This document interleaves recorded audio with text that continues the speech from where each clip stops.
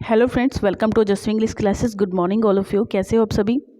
Friends, आज हम बहुत ही बेहतरीन नॉवल पढ़ने वाले हैं, थॉमस हार्डी का फार फ्रॉम द मडिंग क्राउड। बहुत ही इंटरेस्टिंग स्टोरी है, आपको पसंद भी आएगी और इजीली समझ में भी आ जाएगी। इस तरीके से मैं समझाने वाली हूँ, लाइन बाय लाइन हम इसको डिस्कस करेंगे। बिकॉज लाइन बाय लाइन पढ़ने से वैसे मैं बहुत ही कम टाइम में निपटा सकती हूँ इसकी स्टोरी, ऐसी आपको सुना सकती हूँ, बट ये बेनिफिट रहता है कि आपकी वोकेब भी इंक्रीज होगी, है ना, उसमें भी बढ़ोतरी होगी क्योंकि नए नए वर्ड्स आपको देखने मिलेंगे इसमें। तो उससे क्या होगा, आपकी वोकेब में भी थोड़ा इंप्रूवमेंट होता रहेगा साथ साथ। तो चलिए शुरू करते हैं। और एक चीज़ ये भी है कि जो लाइन बाय लाइन आप पढ़ते हैं ना, तो वो चीज़ आपको ज़्यादा समय तक स्टेबल रह सकती है आपके माइंड में। तो शुरू करने से पहले प्लीज़, अगर आप नए हैं चैनल पे तो सब्सक्राइब करिए चैनल को, लाइक कर दीजिए, वीडियो को शेयर करिएगा अपने फ्रेंड्स को, और इससे थोड़ा सा मुझे मोटिवेशन मिलता है। तो बहुत ही इंटरेस्टिंग नॉवल है और बहुत ही क्वेश्चन भी इसमें से बनते हैं। तो चलिए शुरू करते हैं आज का हमारा ये टॉपिक। एक छोटा सा कोट इससे पहले मैं सुनाती हूँ आपको। वक्त सबको मिलता है ज़िंदगी बदलने के लिए, पर ज़िंदगी दोबारा नहीं मिलती वक्त बदलने के लिए। बहुत ही बढ़िया कोट है गाइस, क्योंकि वक्त तो हम सबके पास होता है। हम इतने सारे वक्त में कुछ भी कर सकते हैं, या तो हम खाली पड़े रहें या हम बहुत कुछ करें, लेकिन ज़िंदगी दोबारा नहीं मिलेगी। वक्त मिलता रहेगा आपको जब तक ज़िंदगी है, लेकिन ज़िंदगी अगर एक बार चली गई है तो दोबारा नहीं मिलेगी। इसलिए जो भी करना है आपको इसी लाइफ में करना है।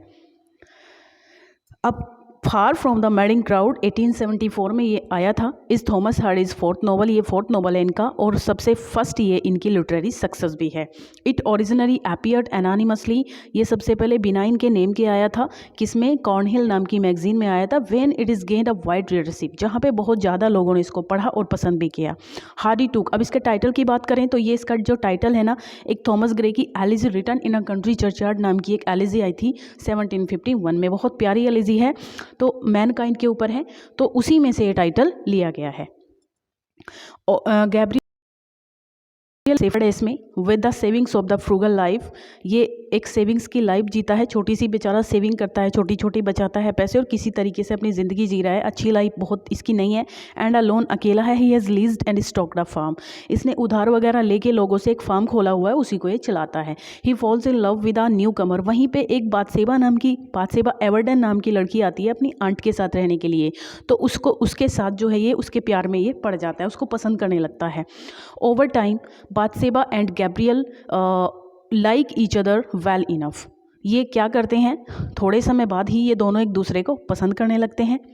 तो and Bathsheba even saves his life somehow, और बातसेबा एक बार इसकी लाइफ को भी बचाती है। वो कैसे बचाती है? एक बार ये सो रहा होता है अपनी कॉटेज में, तो किसी तरीके से उसमें आग लग जाती है, अंदर धुआं आ रहा होता है, तो इसको तो पता नहीं है, ये तो सो रहा है। तो ये बातसेबा वहाँ पे आती है और उसको बुझाती है आग को और इसकी लाइफ को बचाती है। तो इस टाइप से इसकी लाइफ को बचाती है, तो ये सोचता है कि ये भी मुझे पसंद करती है। उस टाइम से और ज़्यादा ये इसको पसंद करने लगता है, और तभी when he makes her an unadorned offer for marriage, और ये शादी के लिए ऑफर करता है इसको। सी रिफ्यूजेस, लेकिन ये मना कर देती है। She values her independence too much, क्योंकि ये अपनी आत्मनिर्भरता को बहुत ज़्यादा पसंद करती है। जो ये करना चाहती है वही करती है। And him to little after a few days, कुछ दिन बाद ही सी मूव्स टू वेदरबरी, और ये वेदरबरी से चली जाती है। विलेज सम्स मिल्स ऑफ, वेदरबरी से किसी और विलेज में चली जाती है जो इससे कुछ मील दूरी पे है। नेक्स्ट दे मीट, जब वो दोबारा मिलते हैं तो सर्कमस्टेंसेज क्या होती हैं? Their circumstances have change drastically, उनकी जो सर्कमस्टेंसेज हैं तो ड्रेस्टिकली होता है अत्यधिक। अत्यधिक मतलब बहुत ज़्यादा बदली हुई मिलती है। कैसे? An experienced new sheepdog has driven Gabriel's flock over a cliff, एक जो ये शीप डॉग होते हैं ना, गली के कुत्ते होते हैं इस टाइप से, तो ये क्या करते हैं, ये उसकी भेड़ों के झुंड को क्लिप पहाड़ी पे चढ़ा देते हैं बहुत ऊपर, उसका पीछा करके। तो आफ्टर, उससे क्या होता है, काफ़ी सारी भेड़ वगैरह इसकी मर जाती हैं और थोड़ी ही बचती हैं। After selling of everything of value, सब कुछ बेच देता है। उसके बाद ये जो भी कुछ बचा कुचा होता है इसके पास फार्म में, तो ये उसको बेच करके ही manages to settle all his डेब्ट, ये अपने सारे डेब्ट तो चुका देता है। बट एमर्जेस पेनीलेस, लेकिन ये बिल्कुल पेनीलेस हो जाता है, इसके पास पैसा नहीं बचता है। He seeks employment at a hiring fair in the town of Casterbridge, Caster नाम की जगह पर उसके बाद ये एम्प्लॉयमेंट खोजने के लिए जाता है। वैन ही फाइंड्स वंस, लेकिन उसको यहाँ पे कोई फ़ायदा इसको नहीं होता है। When he finds none he heads to another such fair in Shottsford. तभी इसको एक और जगह के बारे में पता चलता है कि शायद इसको सोर्ट्सफोर्ड नाम की जगह पे कोई जो रोज़गार मिल जाए। तो a town about 10 miles from Weatherbury, जो वेदरबरी से कम 10 मील की दूरी पे होता है। तो वह ऑन द वे, रास्ते में he happens upon a dangerous fire on the farm. एक फार्म में आग लगा हुआ देखता है, ये बहुत डेंजरस तरीके से आग लगी हुई है। The bystanders in putting it out. Bystanders क्या होता है? घटना का मूक दर्शक। जो घटना के मूक दर्शक बने हुए हैं सभी लोग, वहाँ पे कोई बचाने की कोशिश नहीं करता, बट ये करता है। When the veiled owner comes to thank him, जब ये बचा लेता है तो वहाँ पे ऑनर आता है, उसका जो मालिक है उस फार्म का। तो he asks if she needs a shepherd, तो वो उससे कहते कि क्या उसको किसी चरवाही की जरूरत है, क्या को कोई शेफर्ड चाहिए अपनी भेड़ों के लिए। तो सी अनकवर सरफेस, तब ये जो बातशेबा होती है, कौन होती है? बादशाह होती है। तो ये अनकवर हर फेस, अपने फेस को अनकवर करती है and reveals herself to be none other than Bathsheba. तब इसको पता चलता है ये कोई और नहीं, ये तो बादशेबा है। इसके बाद क्या होता है गाइस?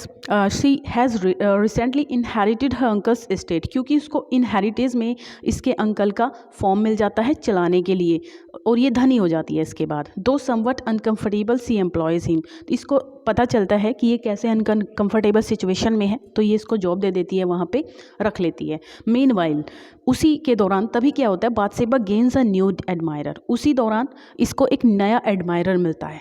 क्यों? ये देखती है कि सभी लोग इसको पसंद कर रहे हैं, है ना, सभी लोग इसको देखते हैं क्योंकि सुंदर भी है बहुत ज़्यादा, तो सभी लोग इसको नोटिस करते हैं। बट एक बॉल्डवुड नाम का बंदा है, विलियम बॉल्डवुड, ये इसको बिल्कुल नोटिस करता नहीं है। तो William Boldwood is a prosperous farmer of about 40, कम से कम 40 साल का ये प्रॉस्पेरस समृद्ध किसान है। हुज आर्डर बादशेबा अनविटिंगली अवेकन्स, है ना, ये इसको बिल्कुल भी नोटिस नहीं करता है। तो जब ये इस चीज़ को देखती है तो बादशेबा सोचती है कि इसको थोड़ा सा इसके साथ प्ले गेम खेला जाए। तो when she playfully sends him a valentine sealed, ये वैलेंटाइन पे इसको एक गिफ्ट भेजती है रेड वैक्स पे, on which she has embossed the words, और जिस पे लिखा हुआ था मैरी मी।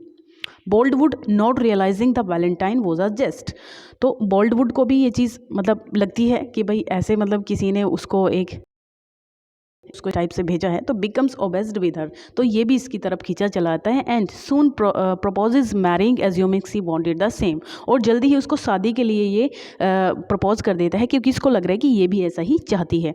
तो although she does not love him, लेकिन वो तो उसको प्यार नहीं करती है। She toys with the idea of accepting his offer, ये तो केवल ये देखना चाहती थी क्या ये इसके ऑफर को एक्सेप्ट करता है या फिर नहीं करता है। He is the most eligible bachelor in the district, ये पूरी डिस्ट्रिक्ट में सबसे ज़्यादा एलिजिबल बैचलर था बॉल्डवुड। तो however the she avoids giving him a definite answer, तो उस टाइम पे तो ये कोई इसको निश्चित जवाब देती नहीं है, डेफिनेट आंसर देती नहीं है। तो वैन गैब्रियल रिब्यूक सर, लेकिन ये गैब्रियल जो ये धमकाता है उसको, ये दोस्त समझ के उसको धमकाता है कि कैसा thoughtlessness, for her thoughtlessness regarding Boldwood, कि बॉल्डवुड के लिए क्या उसने जो है बिना सोचे समझे टाइप का ये काम किया है।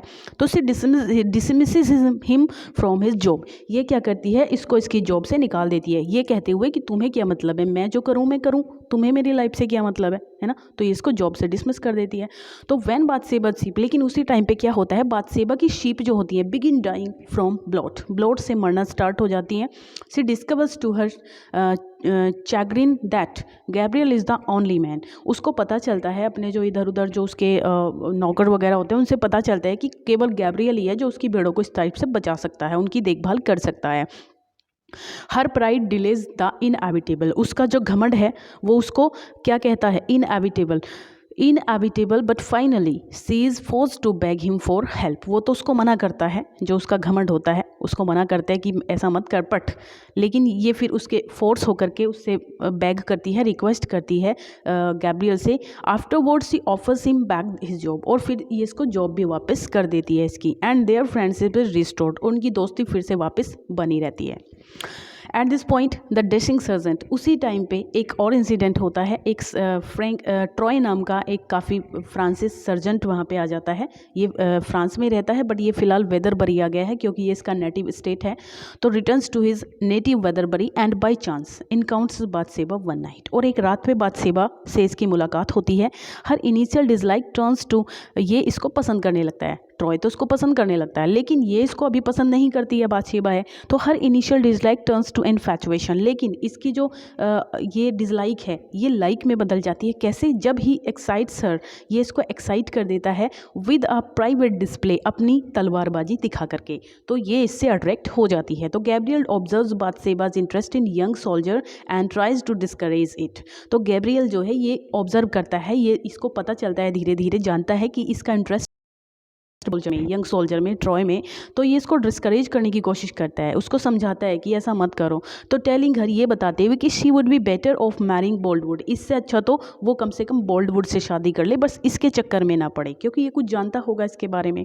बोल्डवुड बिकम्स एग्रेसिव टुवर्ड्स ट्रॉय, बोल्डवुड भी ये ट्रॉय के प्रति थोड़ा क्रोधित हो जाता है, एग्रेसिव हो जाता है। क्यों? And Bathsheba goes to Bath to prevent Troy returning to Weatherbury, और ये बाथशेबा क्या करती है, ट्रॉय को वेदरबरी से चलने के लिए कहती है, क्योंकि एज सी फियर्स, उसको डर लग रहा है कि what might happen if Troy large encountered Boldwood, यदि ट्रॉय और बोल्डवुड का आमना सामना हो गया तो कुछ दिक्कत हो सकती है, कुछ भी प्रॉब्लम क्रिएट हो सकती है। ऑन देयर रिटर्न, उनके आने पे Boldwood offers his rival a large bribe to give up Bathsheba, तो ये बोल्डवुड क्या करता है, ट्रॉय को बड़ी रिश्वत देता है ना, कि तुम ये सब कुछ ले लो, इतना पैसा ले लो, लेकिन बाथशेबा को मेरे लिए छोड़ दो, है ना। Troy pretends to consider the offer, Troy बहाना बनाता है ऑफर्स को कंसीडर करने का। Then scornfully announces they are already, scornfully क्या होता है, तिरस्कारपूर्ण, लेकिन उसके बाद पहले एक्सेप्ट कर लेता है और उसके बाद तिरस्कारपूर्ण तरीके से, स्कॉर्नफुली क्या होता है, तिरस्कारपूर्ण तरीके से ये इसको बताता है कि हमने पहले ही शादी कर ली है।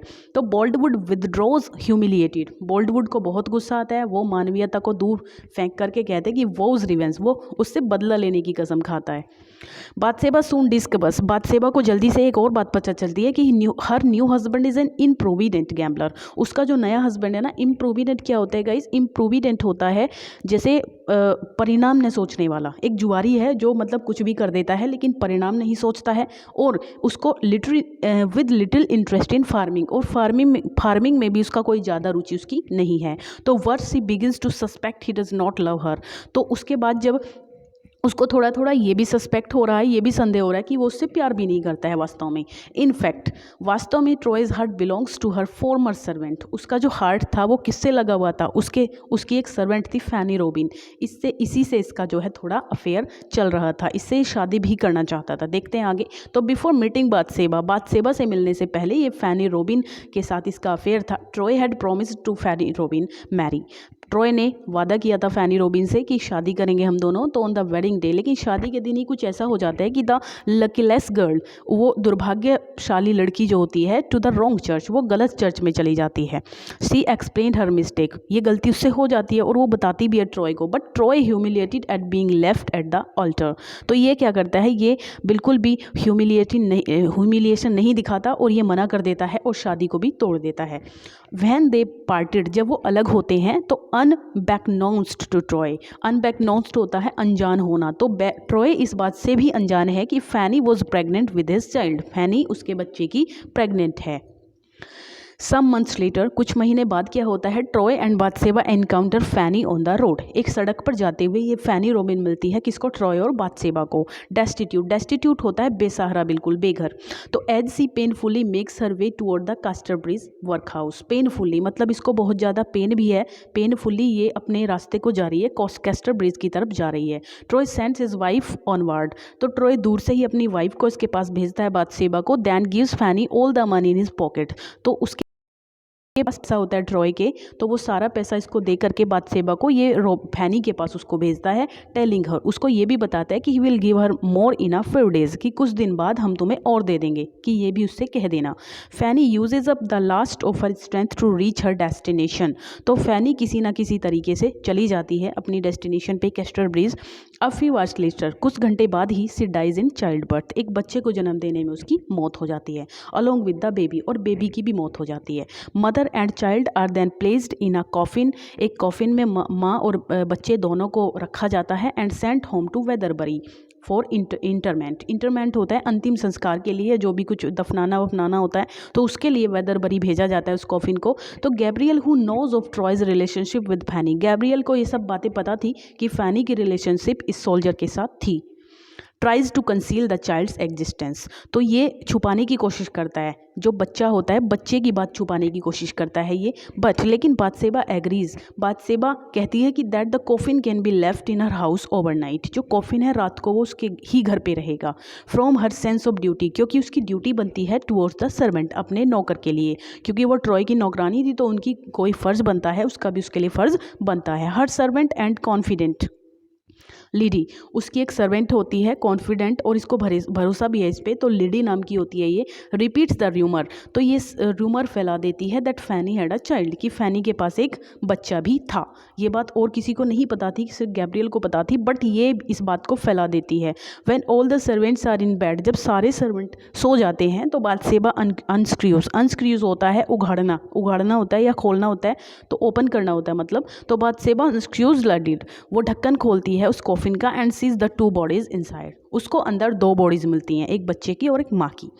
Troy then comes home, Troy उसके बाद घर पे आता है कास्टर ब्रिज से, तो where he had gone to keep his appointment with Fanny, जहाँ पे वो फैनी से मिलना चाहता था। Seeing the reason for her failure, जब ये देखता है कि उसकी तो डेथ हो गई है, meet him he gently kisses the corpse, तो वो उसकी डेड बॉडी, कॉप्स क्या होती है, डेड बॉडी, तो डेड बॉडी को किस करता है वो फैनी की, and tells the anguished Bathsheba, और एंगिस्ड क्या होता है पता है आपको?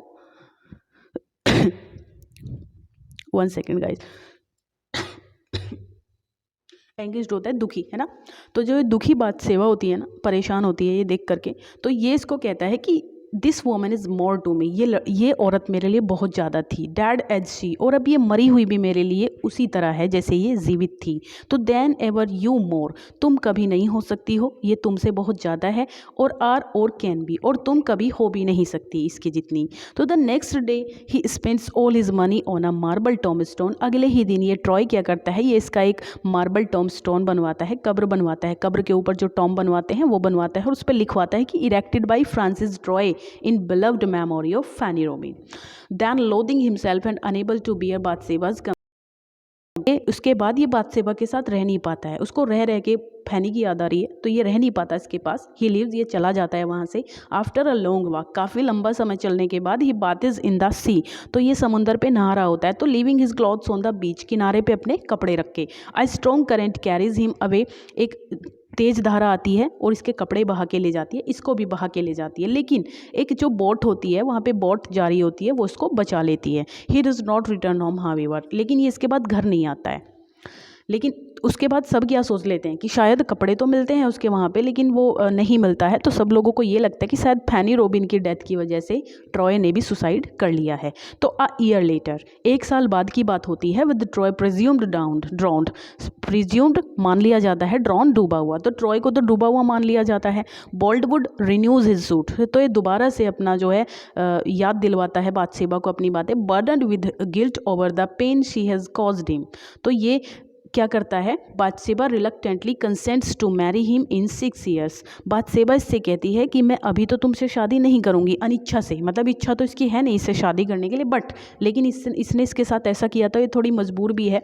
ये कहती है कि ठीक है, अगर बोल्ड जो ये ट्रॉय है ये 6 ईयर तक नहीं आता है, long enough to have Troy, कम से कम इतना इंतजार तो मैं उसका करूंगी, तो डिक्लेयर डेड, यदि वो 6 सालों में डिक्लेयर हो जाता है, नहीं आता है, तो बोल्डवुड बिगिंस काउंटिंग द डेज, तो उससे शादी कर लेगी, तो बोल्डवुड दिनों को गिनना शुरू कर देता है। Troy tries to of his hand to mouth existence as a travelling actor and considers reclaiming his position and wife, तो ट्रॉय बच जाता है, जैसा कि अब थोड़ा इसको होश आता है, तो ये पूरी अपनी कोशिश करता है, काफ़ी दूर से ट्रेवल करता है, आता है कहाँ पे, वेदरबरी में आता है अपनी पोजीशन दोबारा से और अपनी वाइफ को दोबारा से पाने के लिए। He returns to Weatherbury on Christmas Eve, कब आता है ये, क्रिसमस इवनिंग पे आता है, and goes to Boldwood's house, Boldwood के घर पे आता है, तो where a party's under way, जहाँ पे एक पार्टी चल रही होती है, he orders Bathsheba to come with him, ये बाथशेबा से कहता है कि चलो मेरे साथ चलो।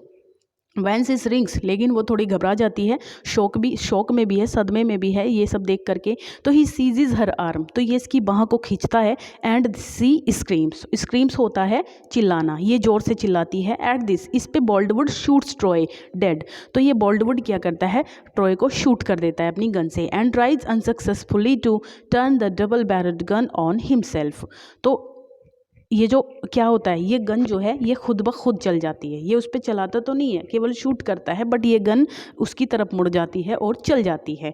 Although Boldwood is convicted of murder, इस तरीके से बॉल्डवुड के हाथों तो मर्डर हो गया है, and sentence to be hanged, और इसको मृत्युदंड भी दे दिया गया है। His friends petition of home secretary, इसका एक होम सेक्रेटरी होता है, तो ये थोड़ा दया की गुहार लगाता है कि ये जो क्लेमिंग इंसानिटी होता है, मतलब ये जो भी कुछ हुआ ये पागलपन में हुआ है, ये कोई सोची समझी साजिश नहीं थी, तो ये सब इस टाइप की ये क्लेमिंग करता है कोर्ट में, तो दिस इज ग्रांटेड, ये बात मान ली जाती है। And Boldwood sentence is commuted to confined in during her Majesty's pleasure, तो मैजेस्टी क्या करती है, इसको मृत्युदंड ना दे करके जेल भेज देती है। Bathsheba buries her husband in the same grave as Fanny Robin and their child, Bathsheba अपने हस्बैंड ट्रॉय को और उसका ट्रॉय को कहाँ पे दफनाती है, जहाँ उसका बेबी और उसकी जो वो वाइफ थी फैनी, बिलव्ड थी उसकी फैनी, और जो उसका बच्चा था वो दोनों दफन होते हैं उसी कब्र में, ये इसको भी दफना देता है। थ्रू आउट हर ट्रिबुलेशंस होती हैं परेशानियाँ या फिर मुसीबतें, थ्रू आउट चारों तरफ से जब ये मुसीबतों से घिरी होती है बाथशेबा, कम्स टू रिलाई होता है निर्भर होना, तो ये निर्भर हो जाती है एक तरीके से increasingly on her oldest and, ये बॉल्डवुड भी जेल चला गया, ट्रॉय भी मर गया, तो अब बचा कौन है, गैब्रियल ओक बचा है ना, तो उसी पे ये ज़्यादा से ज़्यादा निर्भर होती जा रही है, जो इसका ओल्ड फ्रेंड है, and she admits to herself only real friend, उसको लगता है कि ये ही इसका सच्चा मित्र है Gabriel. When he gives notice, जब उसको ये लगता है, जब ये उस बात को नोटिस करता है गैब्रियल कि he is leaving her employ, तो वो यहाँ पे उसकी नौकरी छोड़ने के लिए जा रहा होता है, छोड़ना चाहता है और जाना चाहता है वहाँ से, तो सी रियलाइजेज, तो उसको भी ये रियलाइज़ होता है कि how important he has become to her well being, कि उसके अच्छे के लिए गैब्रियल कितना ज़रूरी है, ये बात उसको पता चलती है, किसको, बाथशेबा को। दैट नाइट, उसी रात she goes alone to visit him in his cottage, वो रात को उसके कॉटेज में जाती है गैब्रियल के, उससे मिलने के लिए, टू फाइंड आउट, ये पता करने के लिए कि वाई इज डिजर्टिंग हर, कि वो उसको डिजर्ट होता है छोड़ना, तो वो उसको क्यों छोड़ रहा है। प्रेस्ड ही रिलक्टेंटली रिवील्स, तो तभी वो अनिच्छा से इस बात को जाहिर करता है कि it is because people have been gossiping, कि लोग ये बातें कर रहे हैं, ये गॉसिपिंग कर रहे हैं, that he wants to marry her, कि वो उससे शादी करना चाहता है, और मैं ऐसा कुछ चाहता नहीं हूँ, इसलिए मैं यहाँ से जा रहा हूँ। तो सी एक्सक्लेम्स दैट इट इज़, तो वो कहती है कि वो इस बात को कहती है कि हाँ ऐसा है, too absurd too soon to think of by far, he bitterly agrees, वो कहती है कि ये बात सच है, ही बिटरली एग्रीज, वो इस बात ये कहती है कि ये ठीक है, अगर लोग ऐसा कह रहे हैं तो ऐसा ही सही, ही बिटरली एग्रीज, तो वो भी एग्री हो जाता है दैट इट इज़ एब्सर्ड, कि ये तो हास्यास्पद है। But when she corrects him, लेकिन जब वो इसको करेक्ट करती है, वो कहती है इससे कि सेइंग दैट, ये कहते हुए कि टू सून, बहुत जल्दी, he is emboldened to ask once again, वो उससे दोबारा से कहती है कि हम शादी कर लेते हैं, तो फिर इस बात से होकर के for her hand in marriage, तो ये भी उसको ही एम्बोल्डेंड क्या होता है, एम्बोल्डेंड होता है हौसला बढ़ाना, है ना, जब वो बेसहारा हो रही है तो ये भी उसका हौसला बढ़ाता है, और ये फिर इससे कहते हैं कि ठीक है मैं तुमसे शादी करना चाहता हूँ, तो सी एक्सेप्ट, वो इस बात को एक्सेप्ट कर लेती है, and the two are quietly married, और दोनों की फटाफट से शादी हो जाती है।